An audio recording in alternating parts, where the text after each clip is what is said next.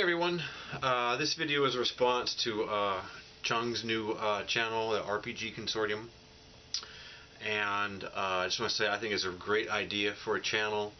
RPGs have always been one of my great interests, great loves of my life, so to speak.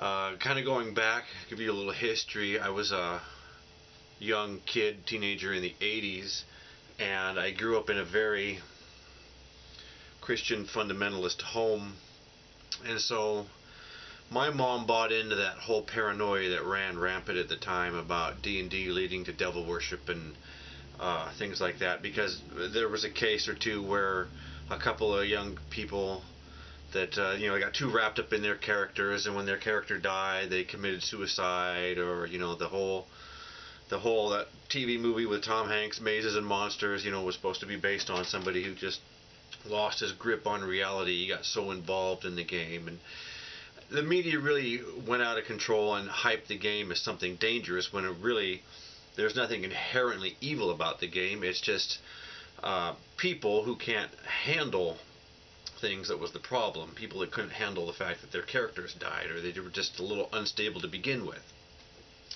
So because of that, my mom forbade me to play the game, and in her mind, D&D equated to pure evil. So I didn't get to play it. I was exposed to it in junior high. I had a lot of friends at the time that were into it, and they would let me look at the books. I'd say, hey, let me look at the book, because that was forbidden knowledge. I wasn't supposed to look at that. So of course, when I saw somebody at school with it, hey, I want to look at this. And I learned the basic mechanics of the game, what it was about. And it was interesting, and I thought this would be something kind of fun to play, but I knew I would never be able to play it. So the years went by, and I really got into fantasy literature. I was reading a lot of fantasy books back in the day, and always wanted to be a writer. So I thought to myself, I'm going to write a fantasy book. And this was something my mom got behind. Oh yeah, you can be a writer, you can do anything you want. She was encouraging. And so this was how I got her to let me buy Dungeons and Dragons stuff. I said, well, this stuff is really good resource material. I would tell her that it had all the, it broke down how Renaissance type or medieval type kingdoms were structured. The kings and the courts and the laws and everything, from the way of life, from your beggars up to your nobles. And this was how I sold her on let me buy certain books. And once I got certain books and actually showed her how the game went and how it was supposed to be, then she realized, oh, there's nothing wrong with this. And then she never had a problem with it after that. So I really kind of went full bore, as I usually do, and bought a lot of stuff. Of course, at this time, I really had no one to play with, because everybody that I knew that had once played had lost interest in it. So I basically was just buying it for myself and really had no one to play with. I did find a couple people to play with a few times here or there, but it was never anything that lasted too long. So being all into the Dungeons and Dragons, going to the local game store, I would see all the different things, and one of the things I saw one time was this book, which was the Warhammer Fantasy Role-Playing First Edition Rule Book. And at the time, I remember it was $30, which was pretty pricey. And most of the hardback books that TSR was putting out were about 15 to 18 bucks.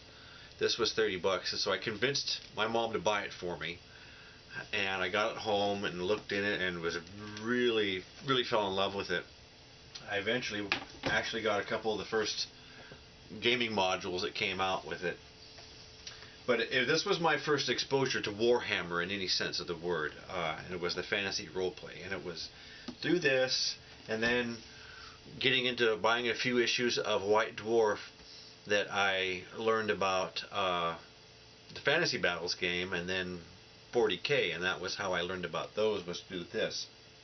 And it wasn't too long after this that, for whatever reasons, I kind of lost interest, or just didn't have the money, or couldn't convince my mom to buy it anymore, or whatever, because I was starting to towards get late teens, and it was time I stopped relying on my parents to buy everything for me. And So I never was able to buy much more than just these three things, but that was how I was first exposed to Warhammer.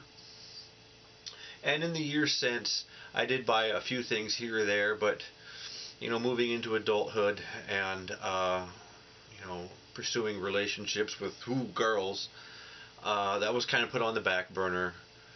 And mostly I just bought the novels and read those instead of the gaming materials.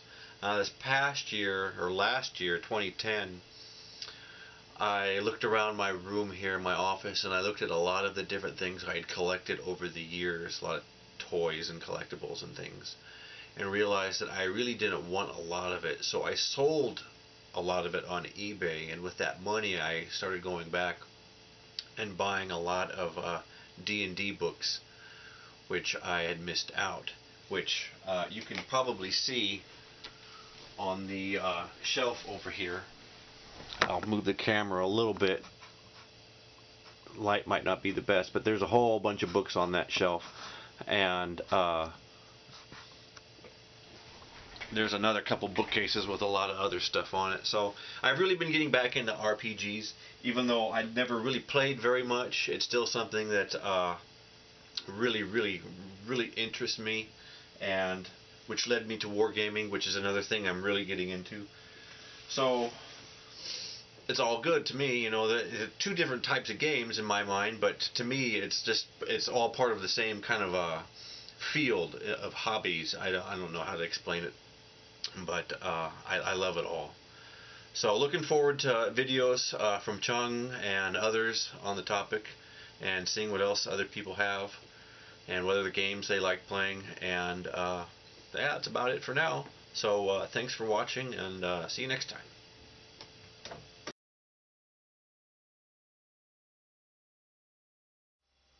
Okay, so here we have the bookcase that I have all my D&D box sets on. On the top shelf, you can see some of the original D&D box sets. The very first, not the very first one, there was a wooden one, was the very first one, but the first one like this, I don't have. I got a space for it for when I eventually get it. But then there was the red box, basic rules, and then the other colored box set that went all the way up to the immortal rules. And then Mystara, the Red Steel campaign setting, which was part of the same Mystara world, known as the known world at the time. Greyhawk box sets. And then on this shelf we've got all the Forgotten Realms, starting with that original box set, and then moving through all the various box sets that came in the years after that. Then down here we have Al-Qadim, which was the Arabian Adventures setting. So I have those, and then we have onto the Ravenloft setting. All the Ravenloft. This was the second edition box set. This was the very first box set there. And then a couple of miscellaneous sets. Next shelf down we come to Dark Sun, which is the original box set there. And then most, but not all, the adventure sets like that. And then this was the, let me pull back a little bit, this was the second box set that came out. And then Birthright, missing a few of those. And then Planescape, a lot of the Planescape stuff. And then down here on the bottom shelf we have some Dragonlance and the Spelljammer box sets. And then this was a Monster Vault that just came out recently. And then, of course, at the very bottom is an empty shelf for getting some of the sets that I still have yet to get. And then, of course, on the wall here in the corner, I've got some maps to various D&D worlds. Get my shadow out of the way there. We got down there some more. So, and then if I turn this way, this is the door that leads out of here, and there's a lot of more maps. These are some Lord of the Rings maps here, just different stuff. And on the end of the bookcase there's more maps. Village of Barovia from Ravenloft, and some various other things. And Old-time gamers might recognize this one up here. That is the original Keep on the Borderlands. That was the very first D&D game I ever played. And in recent years I acquired a couple different copies of that module, so I put one up on the wall for kind of remind me of the old days. So those are the box sets over here.